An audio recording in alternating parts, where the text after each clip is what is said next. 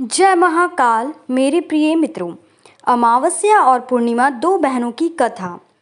एक राज्य में एक राजा और एक रानी रहते थे, जिनकी 4 संतानें थीं, 2 लड़के और 2 लड़की। एक लड़की का नाम पूर्णिमा तथा दूसरी लड़की का नाम अमावस्या था। पूर्णिमा घर के कामों में निपुण थी और घर का पूरा काम करती थी और भगवान की पूजा अर्चना भी किया करती थी। इसके अतिरिक्त वह गौ माता की सेवा भी किया करती थी और उसकी दूसरी बहन अमावस्या ना ही घर का कोई काम करती थी, ना ही भगवान की पूजा अर्चना करती थी और ना ही गौ माता की सेवा करती थी। पूर्णिमा सर्वगुण संपन्न थी, फिर भी राजा और रानी अपने दोनों बेटों तथा पुत्री अमावस्या को ही प्यार किया करते थे और वह पूर्णिमा से प्यार नहीं करते थे, उसके साथ भेदभाव करते थे। राजा के चारों पुत्र और पुत्री धीरे धीरे बड़े हो रहे थे। जब वे बड़े हो गए, राजा ने अपने दोनों पुत्रों का विवाह योग्य कन्याओं के साथ करा दिया। इसके बाद रानी ने राजा से कहा, अब दोनों पुत्री विवाह के योग्य हो गई हैं और इन दोनों का विवाह भी करा दो, लेकिन पुत्री अमावस्या का विवाह किसी बड़े खानदान में कराना और पूर्णिमा का विवाह किसी गरीब परिवार में कराना, क्योंकि पूर्णिमा को केवल भगवान की पूजा पाठ करना ही पसंद है और गाय की सेवा करना पसंद है। अब रानी ने राजा को दोनों पुत्रियों का रिश्ता तय करने के लिए भेज दिया। राजा ने अपने पड़ोसी राज्य में जाकर वहां के राजा के पुत्र से अमावस्या का रिश्ता तय कर दिया और वहीं पास के गांव में जाकर एक गरीब परिवार के लड़के से पुत्री पूर्णिमा का रिश्ता भी तय कर दिया। यह सारी बात जाकर राजा ने अपनी रानी से बताया तो रानी यह सोचने लगी कि अब देखते हैं कि भगवान इसकी मदद कैसे करते हैं। ये बहुत ही पूजा पाठ करती है और भगवान में मगन रहती है। पूर्णिमा का भाई और उसकी भाभी पूर्णिमा से बहुत प्यार करते हैं, क्योंकि पूर्णिमा उनके घर के कामों में उनका साथ देती है और कामों में उनका हाथ बटाती है और यही उनकी दूसरी बहन अमावस्या पर अपना रोक जमाती है और घर का कोई कार्य नहीं करती। कुछ समय बीत जाने के बाद दोनों पुत्रियों का विवाह हो जाता है। राजा और रानी की विवाह के बाद अपनी दोनों पुत्रियों को विदाई देते हैं। विदाई देते समय राजा और रानी पुत्री अमावस्या को बहुत सारा धन और दौलत देकर विदा करते हैं और पूर्णिमा को भी कुछ भी नहीं देते, खाली हाथ अपने घर से विदा करते हैं।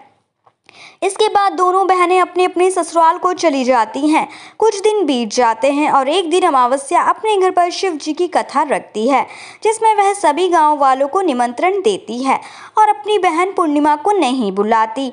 जब गांव की सभी औरतें अमावस्या के यहाँ जाती है तो यह सब दृश्य पूर्णिमा अपने घर के दरवाजे के बाहर बैठकर देख रही होती है। तब वहां से गुजर रही औरतें पूर्णिमा से कहती हैं कि तुम्हारी बहन के यहाँ शिव जी की कथा रखी है, क्या तुम नहीं चलोगी? पूर्णिमा ने कहा, मुझे निमंत्रण नहीं आया है, मैं नहीं जा सकती। सभी गांव की औरतों ने पूर्णिमा से कहा, बुलाया नहीं तो क्या हुआ, भगवान शिव की कथा है, तुम हमारे साथ चलो ना। गांव की सभी औरतों की बात मानकर पूर्णिमा भी उनके साथ भगवान शिव की कथा में अमावस्या के घर चली जाती है। जब अमावस्या की नज़र पूर्णिमा पर पड़ती है तो वह कहती है कि तुम यहाँ कैसे चली आई, मैंने तो तुम्हें बुलाया नहीं था। खैर कोई बात नहीं, अब तुम आ ही गई हो तो चुपचाप बैठी रहना। और यह कहते हुए अमावस्या में पूर्णिमा की गरीबी का भी मजाक उड़ाया। पूर्णिमा की आंखों में आंसू आ गए। रोते रोते मन ही मन पूर्णिमा भगवान शिव से विनती करती है, हे भगवान, क्या पूजा पाठ करना गलत है? गौ माता की सेवा करना गलत है? आखिर मेरी क्या गलती है? आप मुझ पर अपनी कृपा दृष्टि कब बनाएंगे? पूर्णिमा बार बार भगवान शिव से यही कहती रही। इतने में शिव कथा पूरी हो जाती है और अमावस्या भगवान प्रसाद बांटने लगती है। वह सभी लोगों को प्रसाद देती है, लेकिन पूर्णिमा को वहाँ प्रसाद नहीं देती। पूर्णिमा बिना प्रसाद के ही अपने घर लौट जाती है। रास्ते में वहाँ यह सोचते हुए चलती है कि यदि बच्चे उससे कथा का प्रसाद मांगेंगे तो वह उन्हें क्या जवाब देगी। उसने सोचा था कि वह अपने मायके, अपने भाई और भौजाई के यहाँ जाएगी और वहाँ जाते हुए वहाँ बच्चों के लिए कुछ लेकर जाएगी। ऐसा सोचते हुए वह अपने घर वापस लौट आई। घर वापस लौटकर आने के बाद वह अपने पति और बच्चे से कहती है कि वह अपने मायके जा रही है। पति ने कहा ठीक है और कुछ समय के बाद पूर्णिमा अपने मायके के लिए रवाना हो गई। चलते चलते रास्ते में एक चबूतरा आया जिस पर तुलसी का पौधा लगा था। उस चौधरी का एक बूढ़ी अम्मा बैठी हुई थी। वह कोई और नहीं, साक्षात तुलसी माँ थी। उस बूढ़ी ने माँ पूर्णिमा से कहा, बिटिया तुम कौन हो और कहाँ जा रही हो? पूर्णिमा अपना परिचय देती है। परिचय देने के बाद बूढ़ी औरत ने पूर्णिमा से कहा, यह तुलसी का पौधा सूख रहा है, इसमें थोड़ा पानी डाल दो और इस चबूतरे को साफ सफाई कर दो, जिससे मुझे थोड़ी ठंडक मिलेगी। पूर्णिमा ने कहा, ठीक है माँ तुलसी, मैं तुम्हें पानी डाल देती हूँ और यहाँ की साफ सफाई भी कर देती हूँ। पूर्णिमा ने साफ सफाई करने के बाद बूढ़ी अम्मा को भी नहला दिया और बूढ़ी अम्मा की भी सेवा की, उनके पैर दबाए और बूढ़ी अम्मा से कहा कि माँ जी और बताइए मैं आपकी क्या सेवा करूँ, और कोई काम है तो बता दीजिए, मैं कर दूंगी। बूढ़ी अम्मा ने कहा, कुछ नहीं, अब तुम जाओ और वापस आते समय मुझसे मिलते हुए जाना। पूर्णिमा ने बूढ़ी अम्मा से कहा, ठीक है अम्मा जी, मैं जाती हूँ, वापस आते वक्त आपसे मिलते हुए जाऊंगी। कुछ समय आगे चलने के बाद शिव मंदिर आया। वहां पर उसे एक बूढ़े बाबा मिले जो मंदिर के बाहर बैठे हुए थे। वहां कोई और नहीं, साक्षात भोलेनाथ थे। उन्होंने पूर्णिमा से कहा, कहाँ जा रही हो बेटी, तुम कौन हो? तब पूर्णिमा ने अपना परिचय दिया। फिर उस बूढ़े बाबा ने पूर्णिमा से कहा, इस चबूतरे की और इस मंदिर की सफाई कर दो। तब पूर्णिमा ने मंदिर की और चबूतरे की सफाई कर दी और वहां पर पूजा पाठ अर्चना भी की। और साफ सफाई पूजा अर्चना करने के बाद उन्होंने बूढ़े बाबा को भी नहला दिया और उनसे कहा कि बाबा और कोई काम हो तो बताइए। तब बूढ़े बाबा ने कहा, नहीं बेटी, अब तुम जाओ और वापस आते वक्त मुझसे मिलते जाना। पूर्णिमा ने कहा, ठीक है बाबा, मैं जाती हूँ, वापस आते हुए आपसे मिलते हुए जाऊंगी। आगे चलते चलते कुछ दूर चलने के बाद पूर्णिमा को एक काली जी का मंदिर दिखा। वहां भी एक बूढ़ी अम्मा चबूतरे पर बैठी हुई थी। उस बूढ़ी औरत ने भी पूर्णिमा से कहा कि बेटी तुम कौन हो, कहाँ जा रही हो?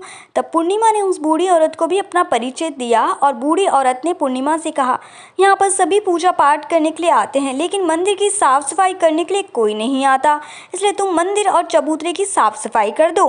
पूर्णिमा ने कहा, ठीक है माता जी, और पूर्णिमा मंदिर की और चबूतरे की साफ सफाई कर देती है और पूजा पाठ भी करती है और माता जी का श्रृंगार कर देती है और उस बूढ़ी अम्मा को भी नहला देती है और बूढ़ी अम्मा के पैर दबाती है और कहती है कि सभी काम हो गया माँ जी, और कोई काम है तो बताइए। बूढ़ी अम्मा कहती है कि नहीं बेटी, अब तुम जाओ, लेकिन वापस आते वक्त मुझसे मिलते जाना।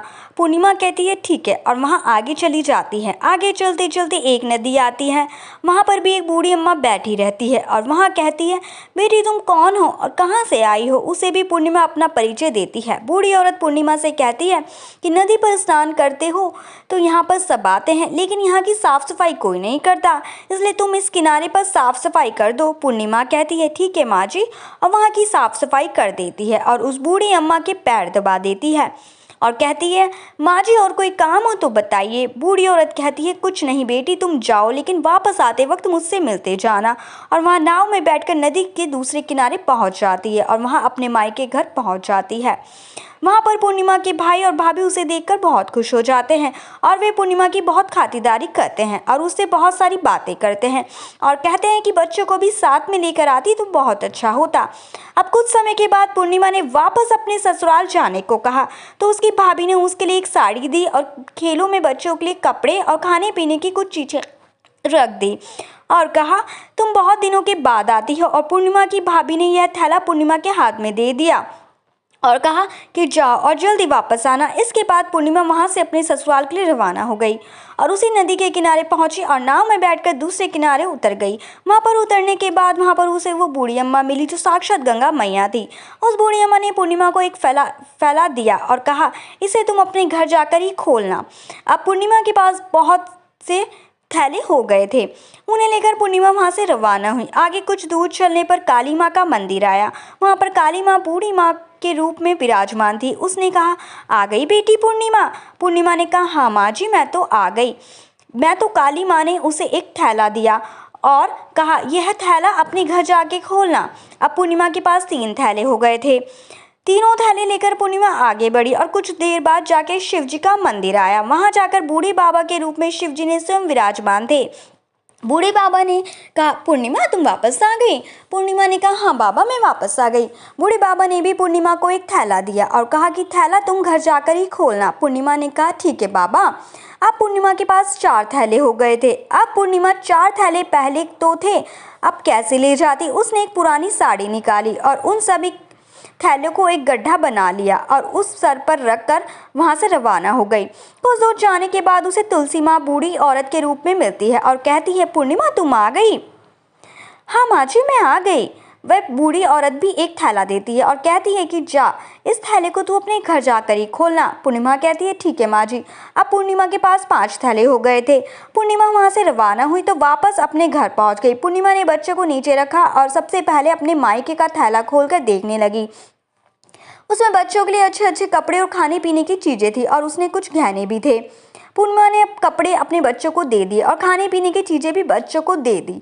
बच्चे यह सब पाकर बहुत खुश हुए थे। अब पूर्णिमा ने दूसरा थैला खोला जो गंगा मैया ने दिया था। उसमें ढेर सारे हीरे जवाहरात, सोना चांदी आदि थे। इसके बाद अब पूर्णिमा ने तीसरा थैला खोला जो उसे काली माँ ने दिया था। उसमें बहुत सारा सोना श्रृंगार का सामान भरा हुआ था। इसके बाद पूर्णिमा ने चौथा थैला खोला जो उसे भगवान शिव जी ने दिया था। उसमें बहुत सारा धन संपत्ति भरा हुआ था और बहुत सारी खुशियां भरी हुई थी। इसके बाद अब पूर्णिमा ने 5वां थैला खोला जो उसे तुलसी माँ ने दिया था। उसमें चावल, दाल, 7 प्रकार के खाने की चीज़ें से भरा हुआ था। अब पूर्णिमा के घर में किसी भी चीज़ की कमी नहीं थी। उसका घर धन धान्य से भर गया था और परिपूर्ण था। अब पूर्णिमा और उसका परिवार सुख में जीवन व्यतीत करने लगा।